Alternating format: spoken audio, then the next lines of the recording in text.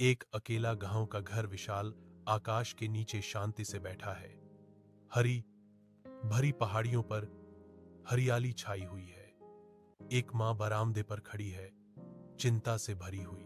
उसका बेटा दूर चला जाता है, पीठ मुड़ी हुई, गुस्सा उससे विकीर्ण हो रहा है। वह दूर शहर की सड़क की ओर जाता है, अडिग। माँ की आंखों में आंसू भर आते हैं क्योंकि वह उसे जाते हुए देखती है। उसका हाथ एक शांत, हताश विनती में फैला हुआ है। साल बीत जाते हैं और एक माँ एकांत में बैठती है, अपने कमरे में एक मौन निगरानी। हर दिन वह भोजन तैयार करती है, जो उसके बेटे के बंद दरवाजे के बाहर छोड़ी गई आशा का प्रतीक है।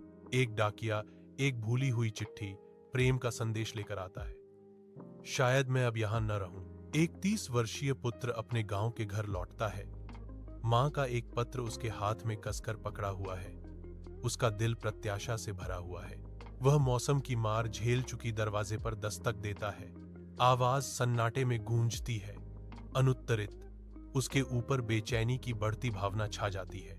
वह दरवाजे को धक्का देता है, एक खाली घर में प्रवेश करता है। अंदर की शांति उसके डर को बढ़ाती है।